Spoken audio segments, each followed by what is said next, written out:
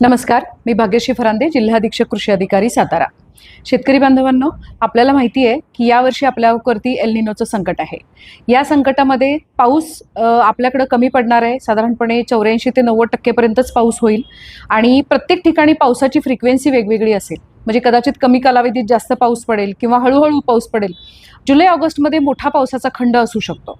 त्यामुळे या पार्श्वभूमीवरती शेतकऱ्यांनी आता काय केलं पाहिजे याच्या संदर्भात आपण थोडीशी चर्चा करणार आहोत। एल निनोच्या पार्श्वभूमीवर माझी सर्वांना पहिल्यांदा आवाहन राहील की आपण 75 ते 100 मिलीमीटर पाऊस जोपर्यंत होत नाही, आपल्या शेतामध्ये पुरेशी ओल होत नाही, तोपर्यंत पेरणी करू नये, जेणेकरून दुबार पेरणीचं संकट येणार नाही। एल निनोच्या पार्श्वभूमीवरती आपल्याला खतांची बचत आणि माती परीक्षण हे दोन अतिशय महत्त्वाचे मुद्दे आहेत। सातारा जिल्ह्यामध्ये आपण प्रत्येक गावाचा सुपीकता निर्देशांक तयार केलेला आहे। प्रत्येक गावाचा आपण सॉइल हेल्थ कार्ड तयार केलेला आहे। म्हणजे आपल्या गावामध्ये आपल्या जमिनीची परिस्थिती कशा प्रकारची आहे हे आपण तयार केलेले आहे। आपल्या सहाय्यक कृषी अधिकाऱ्याकडे आपल्याला ह्याची माहिती मिळेल। आपण ते कृषी वार्ता फलकावर सुद्धा गावाच्या प्रदर्शित करीत आहोत। याच्यातून आपण बघणार आहोत की कशा पद्धतीने आपल्याला खतांचं नियोजन त्याच्यामध्ये कसं करायचं आहे, कुठली खतं टाकायची नाहीत, कुठली कमी टाकायची किंवा कुठली जास्त करायची। या दृष्टीनं आपल्याला जे कमी पावसामुळे उत्पन्न कमी होणार आहे, तर त्यासाठी आपला उत्पादन खर्च कमी करणं हा आपला याच्यामध्ये सर्वात महत्त्वाचा आणि मोठा उद्देश आहे। दुसरी गोष्ट, पिकांच्या लागवड तंत्रज्ञानामध्ये सोयाबीन असेल, भुईमूग असेल किंवा कडधान्य पिकं असतील, तर त्यामध्ये आपण BBF वरती पेरणी करणं, उताराला आडवी पेरणी करणं या गोष्टींचा समावेश आपण पेरणीच्या तंत्रज्ञानामध्ये केला पाहिजे, जेणेकरून जास्तीत जास्त पाण्याचा उपयोग, उपलब्ध होणाऱ्या पाण्याचा उपयोग पिकांना करता येईल। आपली जमीन आपण आच्छादित केली पाहिजे, विशेषतः फळबागांच्या बाबतीत संपूर्ण जमीन आच्छादित केली पाहिजे आणि त्या योगे आपण तणांवरती, तणनाशकांवरती, भांगलणींवरती वगैरे होणारा खर्च आपल्याला वाचवता येईल आणि आपल्याला उत्पादन खर्चामध्ये बचत करता येईल। दुसरी महत्त्वाची गोष्ट याच्यामध्ये अशी आहे की आपण नैसर्गिक शेती पद्धतीमध्ये जसं की दशपर्णी अर्कासारखी जी कीटकनाशकं आहेत ती बनवायला शिकलं पाहिजे। आपले जे गट नैसर्गिक शेतीमध्ये आहेत त्या गटांकडे अशी उत्पादनं आपल्याला उपलब्ध होणार आहेत, जेणेकरून आपण शून्य खर्चामध्ये, जवळजवळ शून्य खर्चामध्ये कीटकनाशकांचा खर्चाची आपण बचत करून कीटकनाशकांचा किंवा बुरशीचा प्रादुर्भाव आपल्या शेतावरती होणार नाही यासाठी सुद्धा आपण प्रयत्न करू शकणार आहोत आणि त्या योगे आपण उत्पादन खर्च कमी करू शकणार आहोत।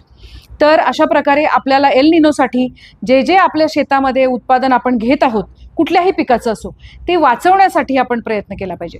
पूर्व भागामध्ये जास्तीत जास्त प्रमाणात जनावरं आपली आहेत आणि त्यांना जगवण्यासाठी चाऱ्याचं उत्पादन हा एक विशेष महत्त्वाचा विषय असणार आहे। तर माझी विनंती राहील पूर्व भागातील शेतकऱ्यांना की आपण जर आरसाली ऊसाची लागवड करत असाल, ज्याच्यासाठी पाणी अतिशय जास्त लागतं, तर या सीझनमध्ये तो ऊसाचा निर्णय बदलून आपण मक्यासारखी पिकं जर घेऊ शकलो तर 2 पिकं सुद्धा आपण पुढच्या अंतिम खरीपपर्यंत 3 पिकं घेऊ शकतो आणि त्याचं जर मुरघासमध्ये रूपांतर केलं तर जनावरांसाठी पुरेसा चारा, आपल्या जनावरांसाठी तर होईलच, पण शेजारच्याची मदत सुद्धा आपण या योग्य करू शकणार आहोत।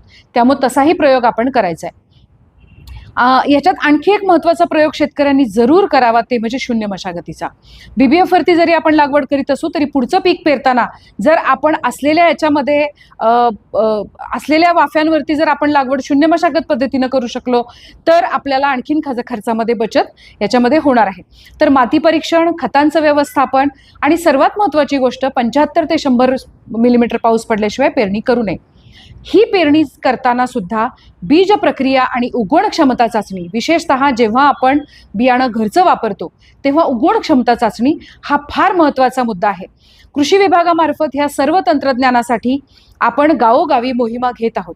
तर गावच्या शेतकऱ्यांनी आमच्या सहाय्यक कृषी अधिकाऱ्याशी संपर्क करावा, या सर्व तंत्रज्ञानाबाबत आपण माहिती घ्यावी। त्याचबरोबर पाणी फाउंडेशन आणि कृषी विभाग यांच्यामार्फत आपण फार्मर कप स्पर्धा फार मोठ्या प्रमाणात राबवत आहोत।